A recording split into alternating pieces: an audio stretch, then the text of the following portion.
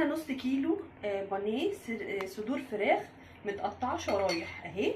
معانا ملح وفلفل وبابريكا. هنتبل صدور الفراخ بالملح وشويه فلفل،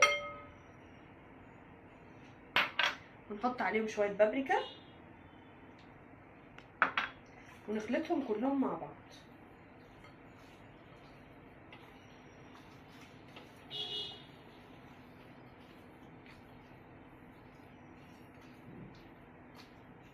التتبيله دي هتبقى روعه في البيكاتا.